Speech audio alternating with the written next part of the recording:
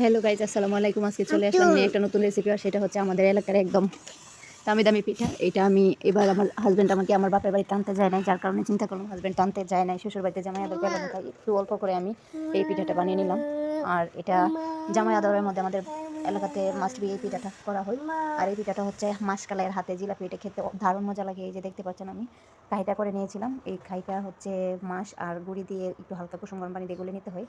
তারপরে আমি এখানে দেখতেই পাচ্ছেন জিলাপি বানানোর জন্য একটা ছোটো একটা কাগজ একটু ছিদ্র করে জিলাপি বানানোর মতো করে নিলাম। আর এইভাবে কাগজের মধ্যে নিয়ে আমি মুড়িয়ে মুড়িয়ে জিলাপিটা বানাবো। তারপরে আমি একটু গুলা নিয়ে নিলাম প্যাকেটের মধ্যে। তারপরে প্যাকেটটা দেখতেই পাচ্ছেন একটা থালার মধ্যে নিয়েছিলাম। এই ছিদ্র দিয়ে হালকা হালকা একটু কাই পড়তে থাকে, এই জন্য আমি একটু থালাতে এই কাইটা একটু রেডি করে নিয়েছি জিলাপি বানানোর জন্য। তারপরে এইভাবে রেডি করার পর আমি একটু চুলাতে গরম তেল হওয়ার জন্য বসিয়ে দিয়েছিলাম। আর তেলটা একটু গরম হলে তারপর আমি দিয়ে দেবো। এখানে দেখতে পাচ্ছি তেলটা গরম হচ্ছে। তারপরে তেলটা গরম হওয়ার পর আমি এখানে পিঠাটা দিয়ে দিচ্ছি। যদিও আমি ভালো মতো একটু শেপ দিতে পারি না, তারপরে চেষ্টা করেছি একটু সুন্দর করে দেওয়ার জন্য। তারপরে কেমন এবড়ো তেবড়ো হয়ে গেছে। এখানে দেখতে পাচ্ছেন আমি কড়াইতে দিয়ে দিলাম জিলাপিটা দিয়ে দেওয়ার পরে এটা একটু ভেজে নিব, ভেজে একটু লাল লাল করে নিব। এটা আমার জিলাপিটা হচ্ছে। আর একটু আমার এদিকে গ্যাসের একটু সমস্যা করে, তো যার কারণে হতে একটু সময় লাগতেছে। গ্যাসের সমস্যার কারণে চুলা আছে একদম কমানো। তারপরে ইচ্ছে করছিল আমি একটু পিঠা বানায় খাই। এই যে গরম তেলে পিঠাটা দিয়ে দিলাম, পিঠাটা আস্তে আস্তে শক্ত হয়ে যাচ্ছে, একটু লাল হবে। এর পর্যায়ে আমি পিঠাটা উল্টিয়ে দিলাম। পিঠাটা উল্টিয়ে দেওয়ার পর পিঠাটা একটু লাল লাল করে ভেজে নেব। ভেজে নেওয়ার পর এটা ভেজে নেওয়ার পর এটাকে আমি আর গুড়ের শিরাতে দিয়ে দিব।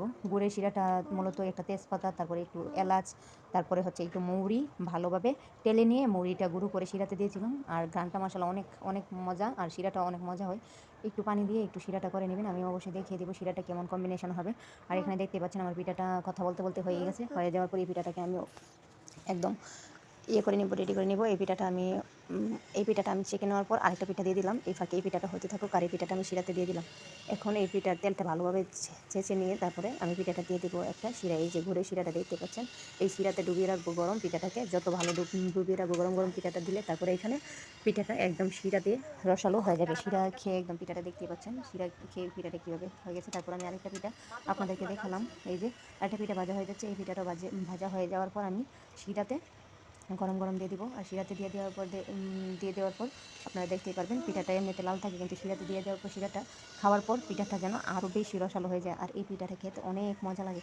এই পর্যায়ে আমি দেখতে পাচ্ছেন পিঠাটাকে এই যে ডেগের মধ্যে শিরাতে দিয়ে দিলাম। শিরাতে দিয়ে ভালোভাবে নেড়ে ছেড়ে তারপরে একটু ভালোভাবে শিরাটা এর মধ্যে লাগিয়ে নিলাম। এখানে দেখতে পাচ্ছেন আমার পিঠাটা শিরাতে ভালোভাবে লেগে যাওয়ার পর আমি একটু উঠানোর চেষ্টা করছি একটা বাটিতে। আর এই বাটিটাতে আরও কয়েকটা পিঠা আছে, আমি এই কয়েকটা পিঠা বানিয়ে নিলাম, শুধু খাবো এখন। এই পর্যায়ে পিঠাটা উঠানোর পর দেখতে পাচ্ছেন একদম পিঠার থেকে রস কীভাবে পড়ছে। আর পিঠাটার দিকে তাকিয়ে দেখুন গাইস, এই পিঠাটা যখন খাবেন পিঠার ভিতরে এত গুড়ের শিরা, আর গুড়ের শিরাতে যখন থাকে মৌরি টড়ি দিয়ে